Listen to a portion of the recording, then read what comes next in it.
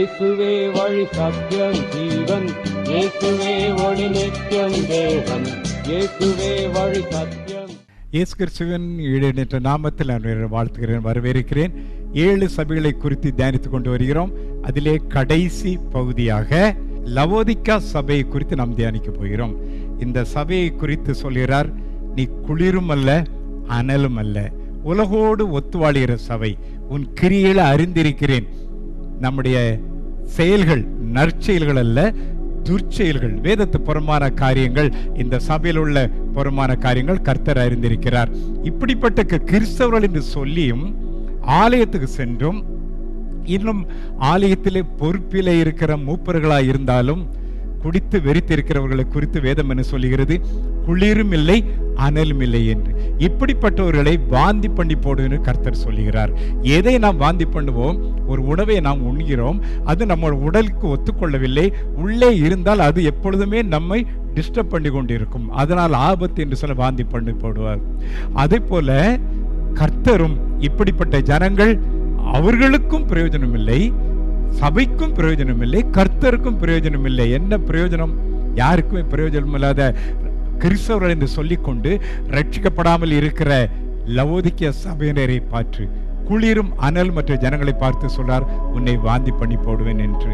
இவர்களை குறித்து வேதம் சொல்லுகிறது, நிர்வாணி என்று அறியாதவர்கள் என்று. நிர்வாணினே தெரியல. இது நான் கிறிஸ்தவர்களை மாத்திரம் சொல்லுகிறேன், கிறிஸ்தவ மார்க்கத்தை சேராதவர்களை குறித்து நான் இதை பேசவில்லை. கிறிஸ்தவர்கள் என்று சொல்லிக்கொண்டு கிறிஸ்துக்கு தங்களுக்கு சம்பந்தம் இல்லாமல் இருக்கிறவர்கள் குறித்து வேதம் சொல்லுகிறது, அவர்கள் நிர்வாணி என்று. ஆனா அது அவங்களுக்கு தெரியல, அது அவலட்சணம் என்று தெரியவில்லை. நோவா குடித்து வெறித்து, அறியாமல் குடித்து வெறித்து தன்னோட ஆடை விலகி நிர்வாணமாக கடந்தது போல இவர்களும் அவர்கள் குடியினால ஆடை விலகி வெறித்து போய் நிர்வாணமாய் இருக்கிறார்கள், அவலட்சணமாக இருக்கிறார்கள். அவர்களை ரட்சிக்கப்படும் பொழுதுதான் நிர்வாணம் மறைக்கப்படும்.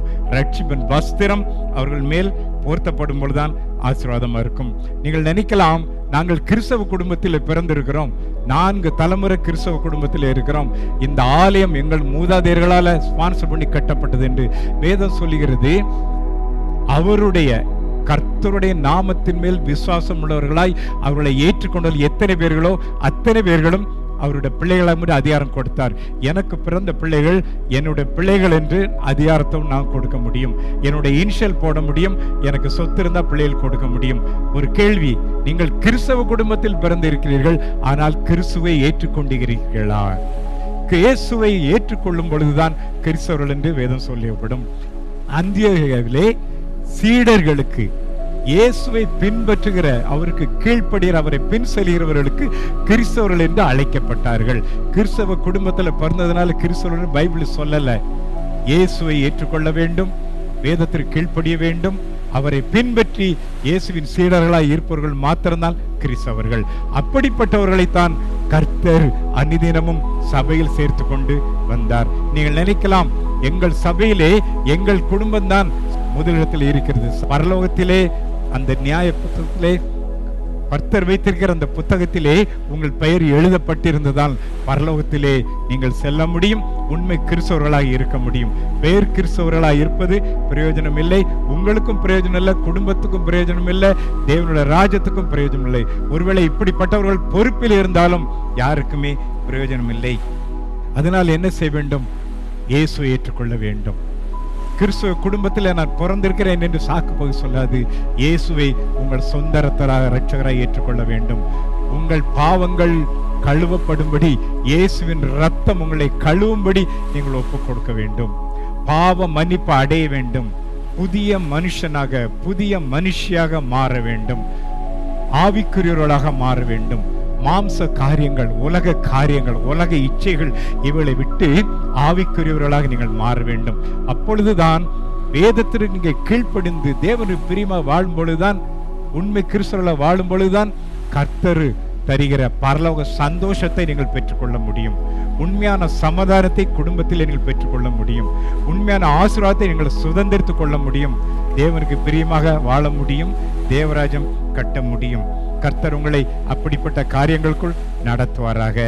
இந்த 7 சபைகளை குறித்து சொல்லும்போது முடிக்கிறார், வாசல் படியில் கதவை தட்டுகிறேன், ஒருவன் கதவை திறந்தால் அவனுடைய வீட்டில் நான் பிரவேசித்து அவனோட போஜனம் பண்ணுவேன். 7 சபைகளை குறித்து 9 நாட்கள் தியானித்தோம். உங்கள் ஊழியத்திலே கர்த்தரை உங்கள் ஊழியத்திலே வைத்திருக்கிறீர்களா? திருச்சபையில் வச்சிருக்கீங்களா? வெளியே தள்ளி விட்டீர்களா? உங்கள் குடும்பத்திலே கர்த்தராகிய இயேசு கிறிஸ்துவை வீட்டிலே ஏற்றுக்கொண்டிருக்கிறீர்களா? வெளியே தள்ளிவிட்டீர்களா என்று நிதானிக்க வேண்டிய ஒரு காரியம். வெளிப்படுத்தின விசேஷம் இப்படி முடிகிறது. இவ்வளவு ஒரு 7 சபைகளை குறித்து எச்சரிக்கை செய்து கொடுத்தேன். சிலருக்கு அதை கேட்டு மனம் திரும்பி இருக்கலாம், சிலர் அதை கேட்டு என்ன கூட வெறுத்திருக்கலாம். வேதம் இப்படி சொல்லுகிறது, அநியாயம் செய்கிறவன் இன்னும் அநியாயம் செய்யட்டும், அசுத்தமாயிருக்கிறவன் இன்னும் அசுத்தமாயிருக்கட்டும், நீதி உள்ளவன் இன்னும் நீதி செய்யட்டும், பரிசுத்தமுள்ள இன்னும் பரிசுத்தமாகட்டும். இதோ சீக்கிரமாய் வருகிறேன், அவன் அவனுடைய கிரையின்படி அவனுக்கு அளிக்கும் பலன் என்னோடு கூட வருகிறது என்று கர்த்தர் சொல்லுகிறார். இயேசுவின் வருகை சமீபம். உலகத்தில் நடக்கிற காரியங்கள் இயேசுவின் வருகை சமீபம் என்று அறிவிக்கிறது. துன்மார்க்கமான காரியங்கள், கொள்ளை நோய்கள், தினந்தோறும் விபத்துகள், யுத்தங்கள், பாவங்கள் பெறுகிறது. இயேசுவின் வருகை சமீபம் சொல்லுகிறார். இயேசுவை சந்திக்க நீங்கள் ஆயத்தமா? இயேசு இன்று வந்தால் நாம் அவரோடு கூட பலது எடுத்துக்கொள்ளப்படுமா என்று நாம் யோசிப்போம். கர்த்தர் கிருபை உங்களை தாங்கட்டும். கீழ்ப்படிந்தால் கர்த்தர் உங்களை உயர்த்துவார், பல சந்தோஷத்தை நிரப்புவார். கிருபை உங்களோடு இருக்கட்டும். God